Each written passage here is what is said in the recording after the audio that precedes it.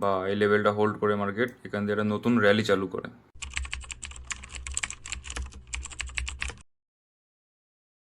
Guys, আজকে দেখতে পাচ্ছ নিফটির পজিশন।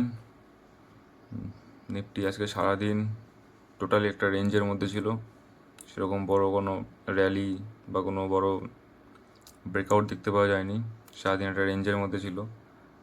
আর আজকে শুক্রবার, উইকলি ক্লোজ হয়ে গেল মার্কেট। আর আজকে একটা স্টক এসে দেখতে পাচ্ছ, গ্রাফাইট ইন্ডিয়া লিমিটেড, এটা হচ্ছে উইকলি চার্ট।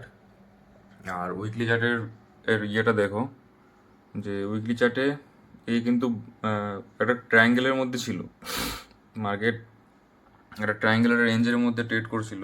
আর আজকে দেখতে পাচ্ছ এখানটা উইকলি ক্যান্ডেলের ক্লোজ দিয়ে দিয়েছে। এই যে একটা রেজিস্ট্যান্স ছিল, এই রেজিস্ট্যান্স উইকলি ক্যান্ডেল, মানে এই ট্রায়াঙ্গেলটা আজকে ব্রেকআউট করে ট্রায়াঙ্গেল আছে উইকলি ক্যান্ডেল ক্লোজ দিয়ে দিয়েছে।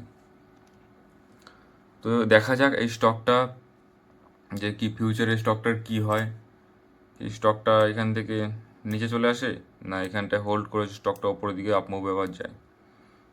তো এই স্টকটা তোমাদের ওয়াচে থাকবে।